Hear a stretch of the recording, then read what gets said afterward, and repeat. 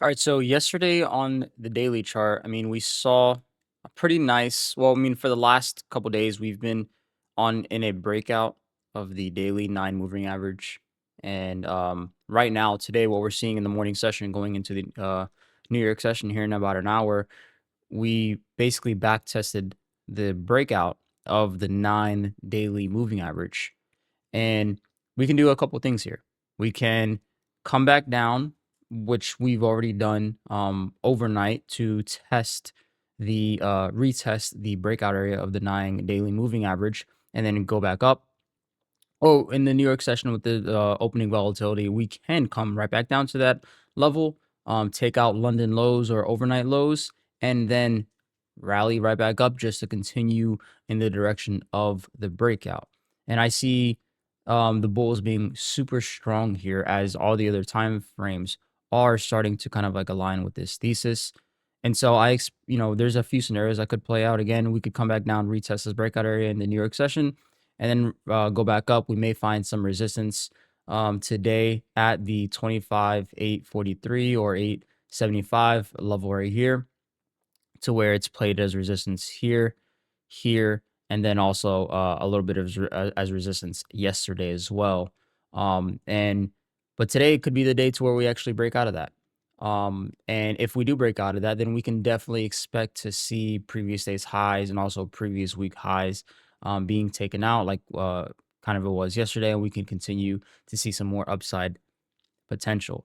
Now, today could also be a scenario to where, okay, we've pushed up higher, but maybe, after 3 consecutive kind of like bullish days, we may want to kind of like rest a little bit, um, pull back a little bit down to this bull bear zone right here that we have marked off, and then continue higher from here, kind of putting in a more significant higher low against this 9 moving average.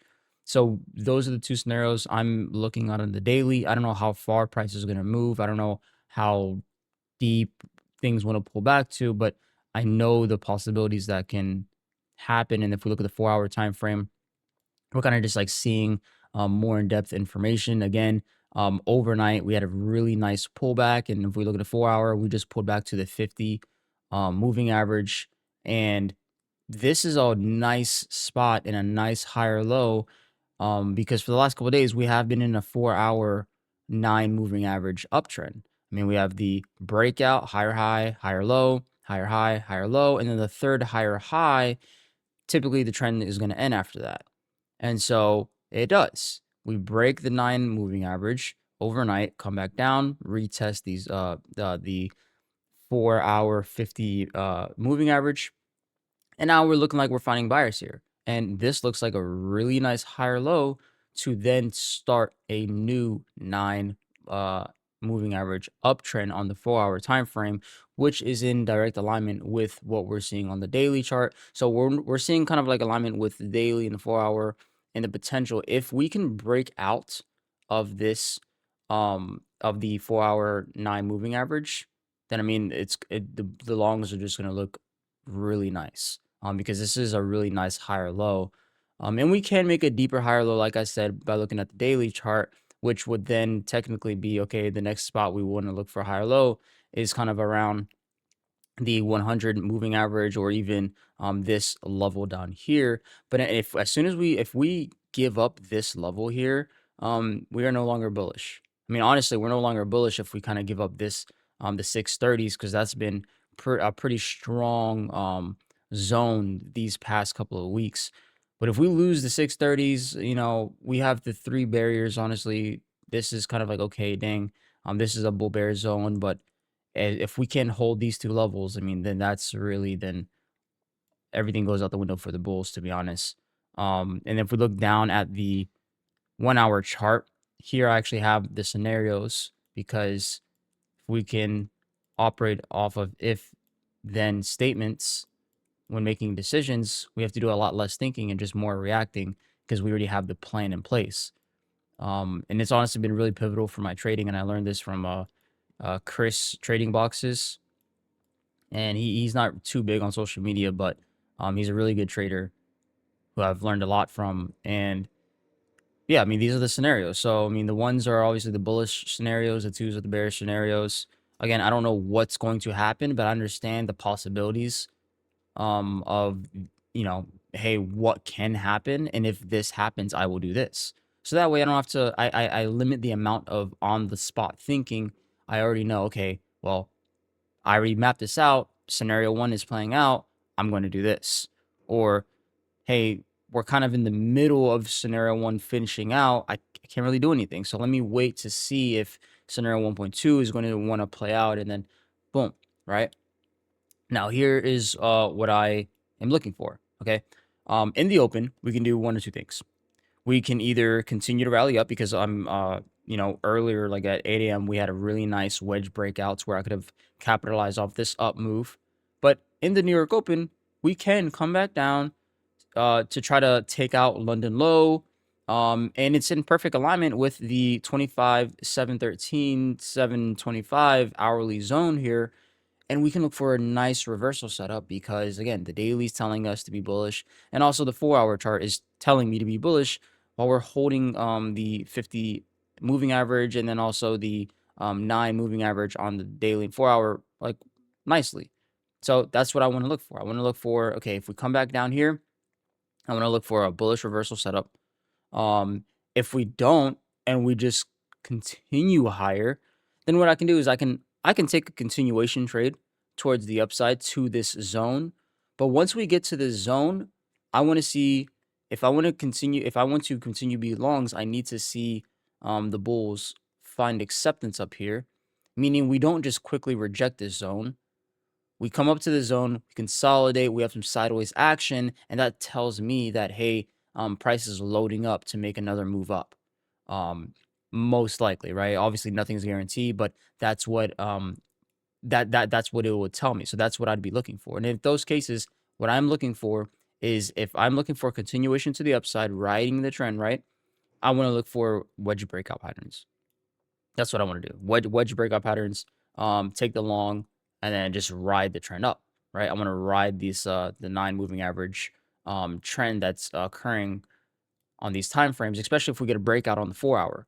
Vice versa. If let's say we just come back down and we don't just bounce off this and reverse, but we're like forming acceptance and price is kind of like consolidating, telling me it's like, okay, well, dang, the buyers are really struggling to take price back up and sellers are really able to keep price down.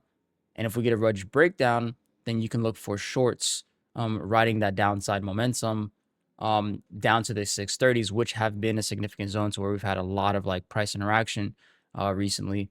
And if that's the case, then we want to see how the 630s hold. And if price can't hold the 630s, well, then, I mean, we can see some more bearish movement to the downside. But again, if we come down to the zone and we have a reversal setup, we'll take the reversal setup because everything else is telling us bullish. But if we lose this zone, well, then, I mean, we even see it mapped out here. We should probably look for shorts, especially if we start finding acceptance down here. That tells us that, hey, we might want to move lower and we should look for shorts and that things may be flipping. But the 4-hour looks really nice for the bulls. It looks like it wants to break out of its 9 moving average. The daily looks like it's bouncing off of its 9 moving average. So everything looks great in alignment for the bulls. Yesterday, I was actually able to kind of catch the trade here in the open at 8 a.m. And if we go down to the lower time frame, we kind of go down to yesterday, I was able to catch that. But I managed my risk way too tightly and I kind of like screwed myself up.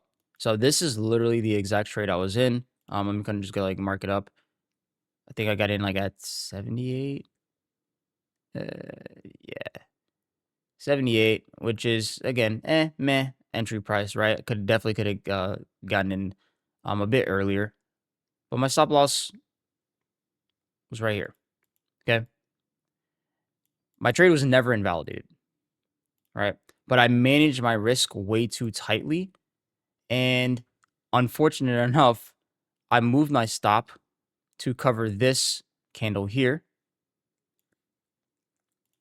this candle right here, and it kind of like screwed me up, right? Because what did price do? Popped up a little higher, yeah, you could have took covered some partials at 1R, but then it immediately like just like stopped me out and then immediately ran without me. So yesterday, that was my mistake.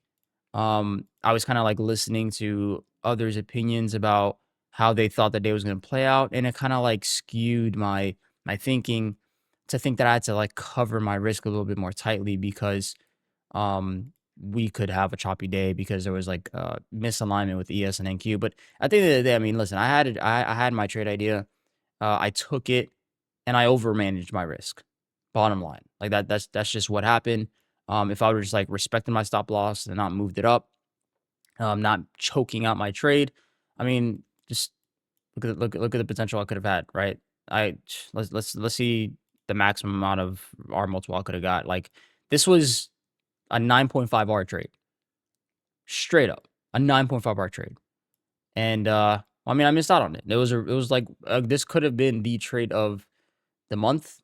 I'm hoping that we have more days like this month, but again, I kind of like screwed myself over by overly managing risk. So today I'm going to be focusing on not making that same mistake because this entire move could have paid for, I don't know, the next 3 losses, you know?